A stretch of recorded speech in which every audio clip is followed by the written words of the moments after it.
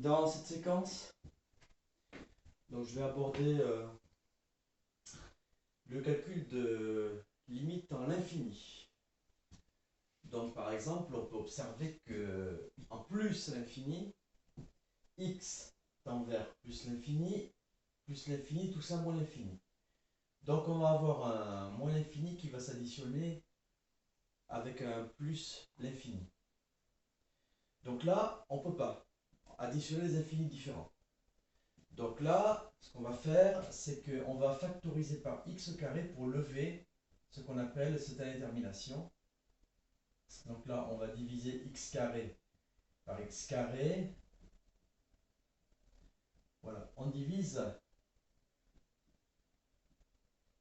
par le plus gros terme. Après simplification, on va avoir donc x au carré, facteur de moins 3, plus 2 sur x, plus 1 sur x carré. Bien. Donc là, on peut constater que la limite en x carré en plus l'infini, c'est égal à plus l'infini. Et si j'avais un moins l'infini, ce serait la même chose parce que la puissance est paire.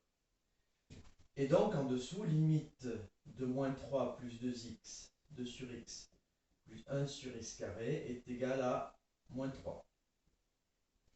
Donc maintenant, je me retrouve à multiplier la limite de ce terme-là, qui est égal à plus l'infini. Donc, du coup, la limite de f en plus l'infini, ça va être égal à limite de celui-là qui est égal à plus l'infini, multiplié par cette limite-là qui est égale à moins 3. Alors, plus l'infini fois moins 3, on applique la règle des signes, on va avoir tout simplement moins l'infini.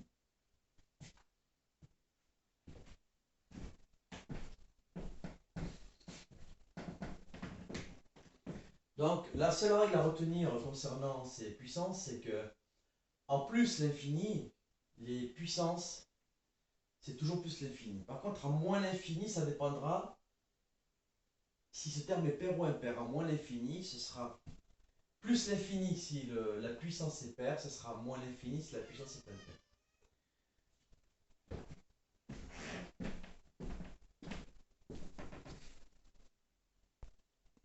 Qu'est-ce qu'il voulait, mon pépé?